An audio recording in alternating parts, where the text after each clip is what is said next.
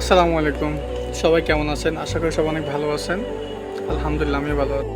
একটা নৌকাতে আপনার ধরেন ৫ জন লোক উঠতে পারবে।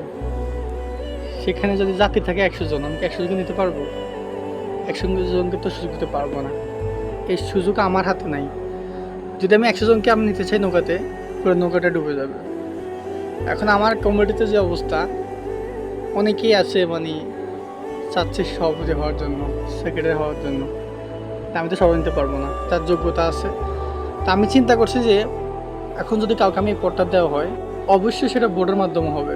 ভোট ছাড়া আমি কাউকে অ্যালাউ করবো না ইনশাআল্লাহ। এটা হচ্ছে আমার প্রথম ইচ্ছা। আর আরেকটা কথা হচ্ছে কি, আল্লাহর হস্তে মাপ চাই আপনাদের কাছে। ৩০ বছর উপরে কোনো লোক এই কমিউনিটিতে আপনারা চেষ্টা করবেন না।